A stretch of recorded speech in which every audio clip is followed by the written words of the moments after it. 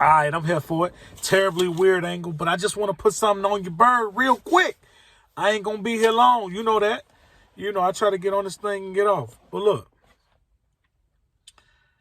faith ain't good enough no more. And it never has been. It's just not good enough.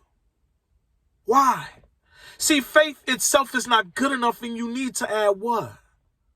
Virtue. And you say, brother, what does virtue do? Well, virtue raises your moral code of operation. But that's not good enough, is it? See, you need to add knowledge. Why you need to add knowledge? Well, because what good is raising your moral or spiritual code and believing in hope, but when you have no knowledge to decipher good and evil in obvious and in gray areas, don't forget the gray ones, right? Right? But that ain't good enough.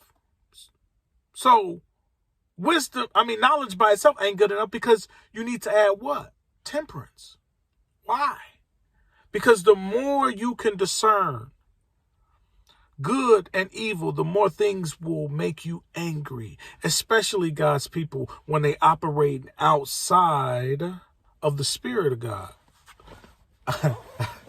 I tell you first, but temperance is not good enough by itself. Why? Because what good is it to keep your cool if you'll lose it over time? So you need to add some patience with that. Why? And even though patience will have its perfect work, you know that scripture, right? Or be perfected in you. What good is a faithful man who operates in virtue and obtains knowledge while keeping a cool temper, right? And learning how to wait patiently if he needs to add godliness, so he will conform to the laws and the commandments of God with absolute devotion. But if he does all this, you like, brother, that's a lot. But like, if he does all of that, right? And this man lacks kindness, then he is just a hopeful man who abides morally, with more knowledge to control his temper, with patience, waiting in godly devotion, but he's not really a nice guy. So he needs to add kindness to all of that.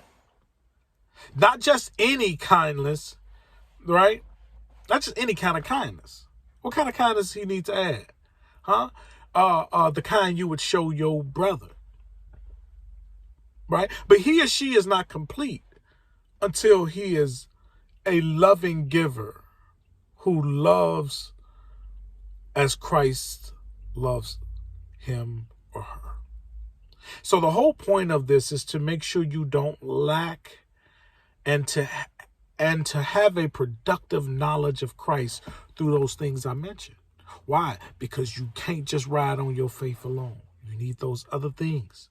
They make a whole complete picture, and this is what it means to know him. Don't let these folks talk all that. Well, you need a relationship with God if they're not talking what I just talked.